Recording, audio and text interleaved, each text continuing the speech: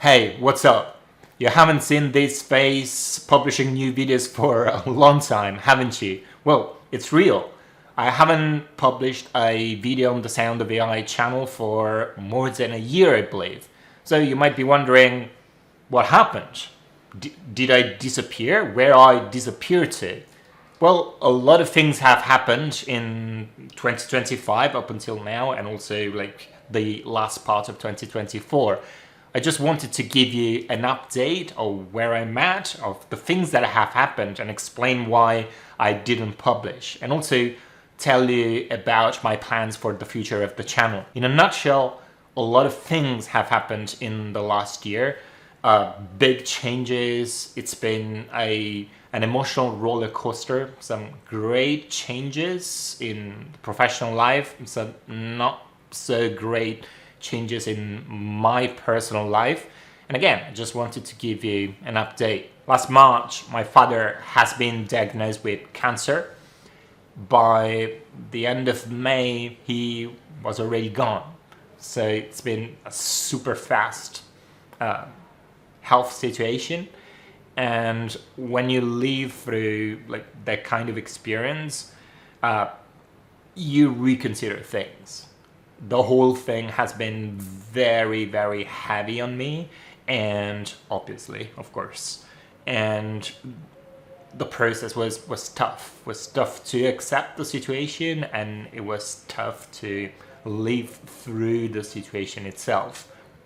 But unfortunately, like, life is life, so things happen, and you just have to push forward. Despite the personal situation, on a professional level, a lot of great things happened. You might have heard about the Generative AI music workshop that I do with Music Technology Group at University of Pompeu Fabra. Well, it's been really dense. Over the last couple of years, we did 4 iterations of the workshop, which basically means 2 iterations per year. And this year we did it in December, basically. And then we did another one in June.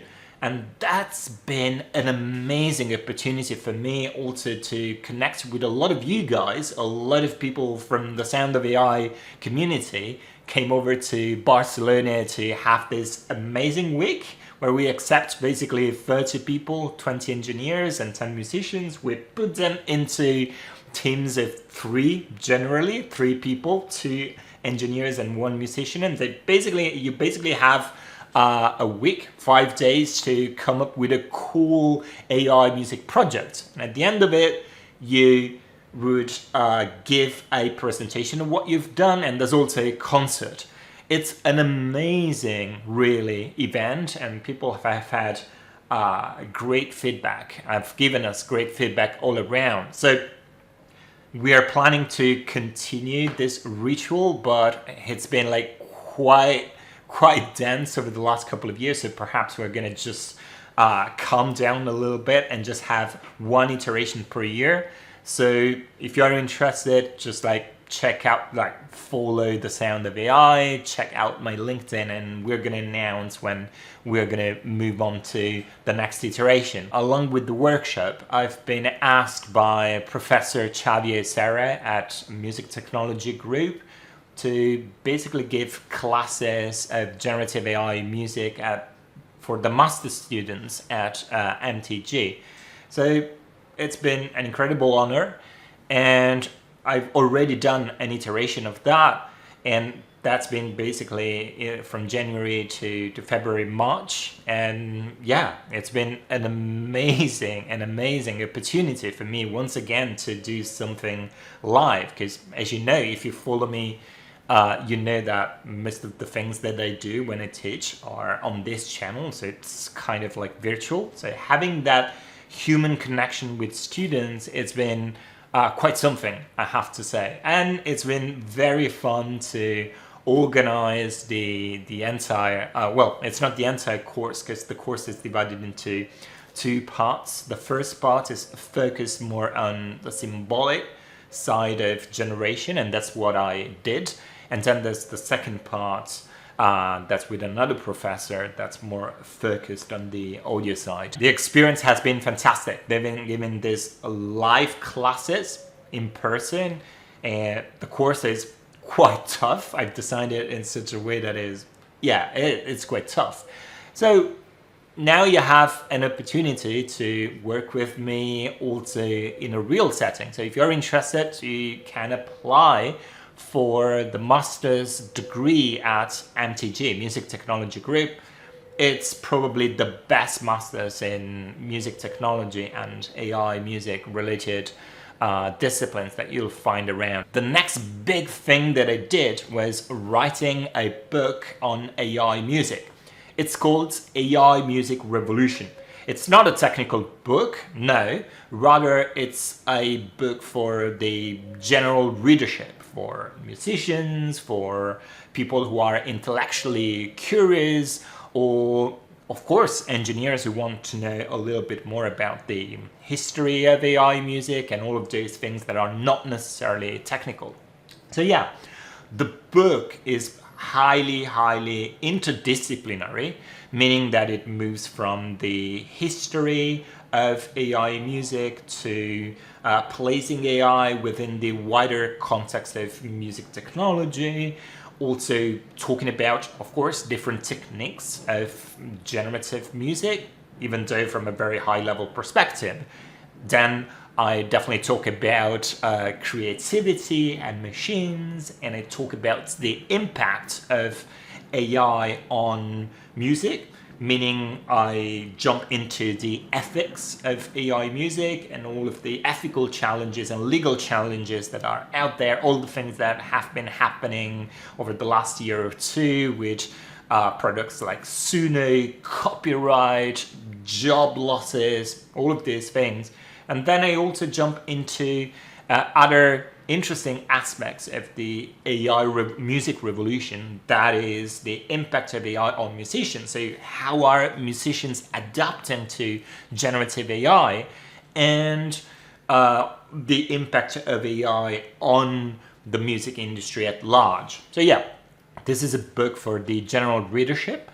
And I actually started working on this a year ago, and that's one of the reasons why I stopped publishing, because for me this has been a very tough process. And the reason for that is that it was my first time writing in a non-academic style and trying to create something like that a large mass of people could actually enjoy. So I had to find a specific tone of voice that could appeal to the wider public.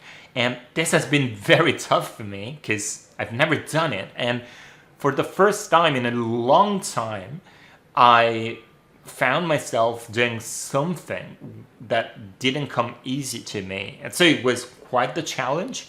It basically burned through a lot of brain power and willpower to be there and write.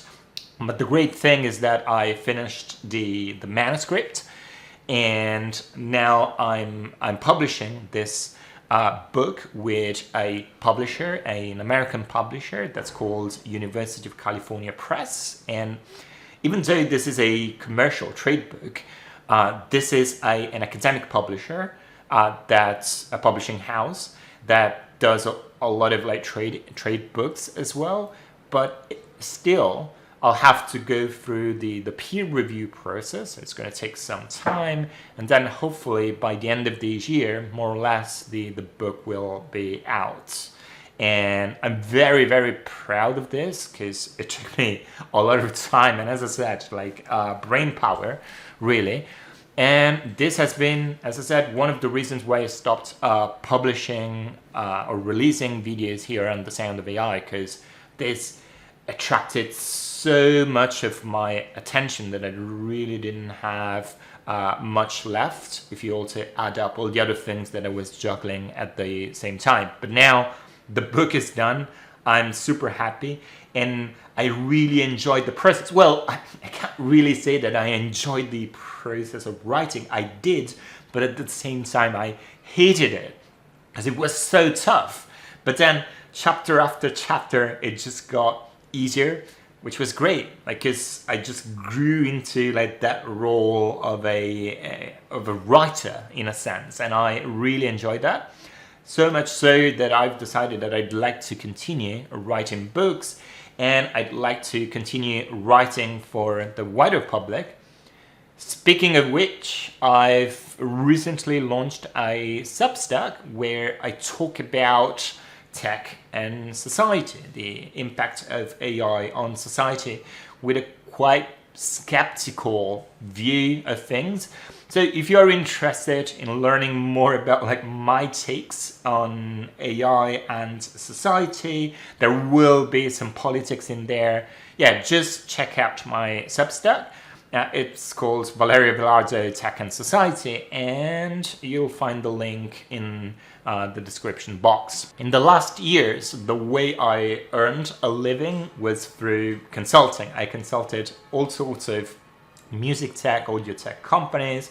Sometimes it was like building products for them from scratch, training models. Sometimes it was just jumping into their AI teams and resetting things and putting an AI music culture, an R&D culture, and an engineering culture that can work. So it's been a lot of work, a lot of interesting work, and a lot of interactions with companies, well, mainly from Silicon Valley, but also from other parts of the world. And I really, really enjoyed it. Over time, I kind of detached myself from the hands-on work, and it became a little bit more kind of hands-off advice and strategy planning, but still, it was like quite involved in the day-to-day activities of these companies I was consulting. But I loved it, but at the same time, I felt like I've grown a lot by doing this, and I wanted to do something else. I've always been a startup guy, and I wanted to go back to startup. But of course, like if you have your own startup, you can't really work so much on consulting. That there's only 24 hours. Well, I wish it was 25 hours a day, but there's only 24. So basically, I stopped doing consulting, and instead I started a more hands-off advisor kind of service.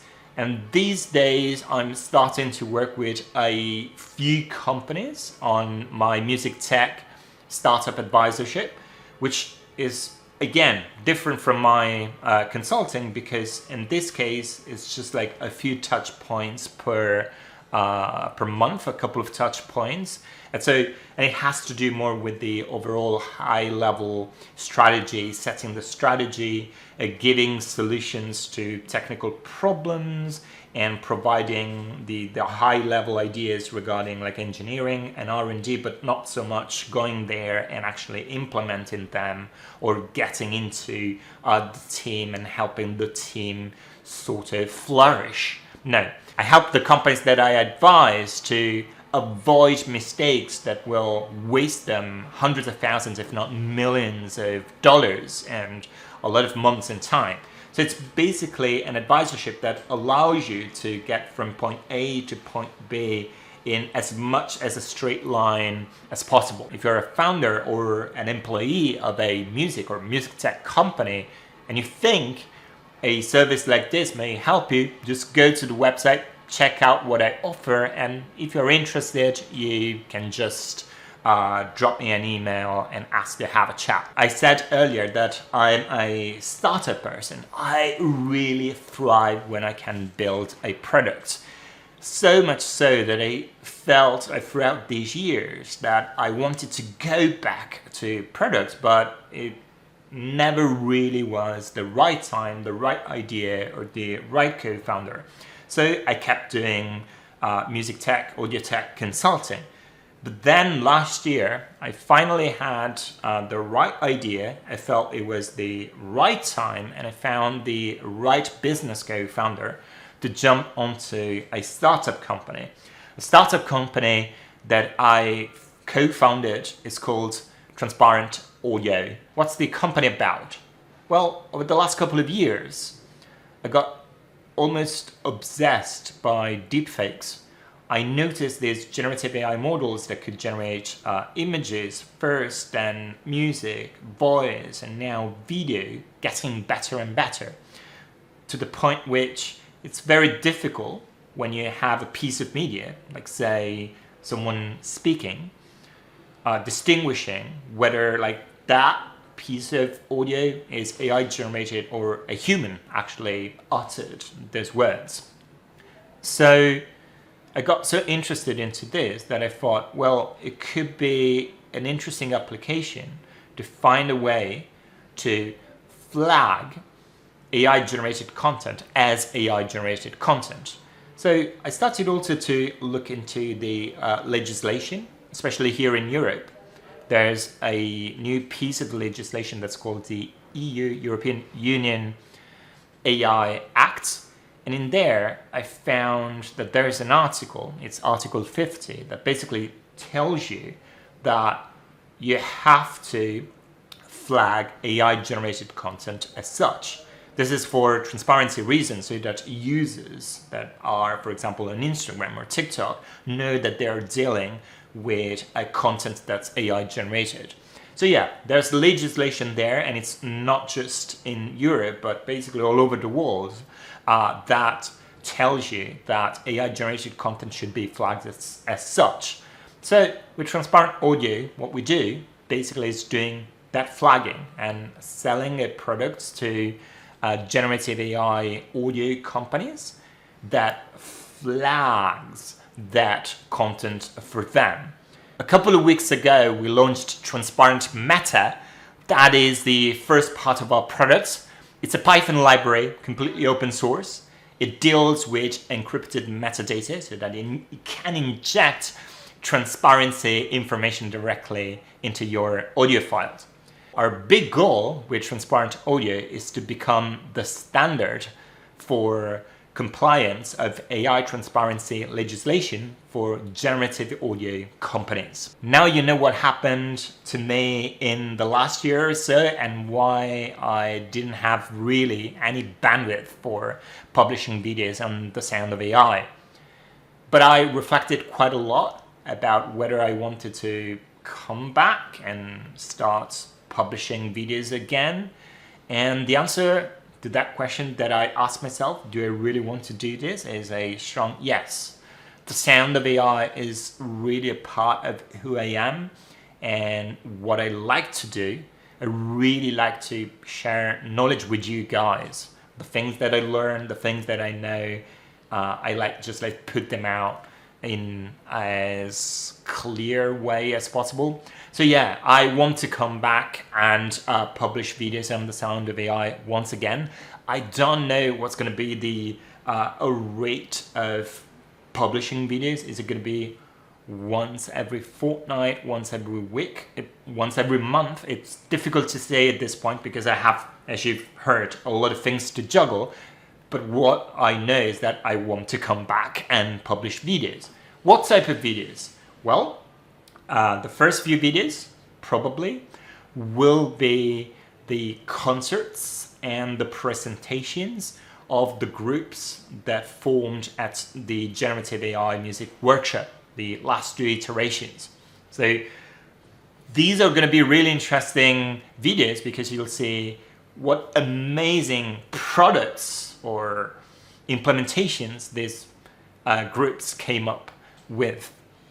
But then I think I'm going to go back to technical videos, to tutorials, explanatory videos.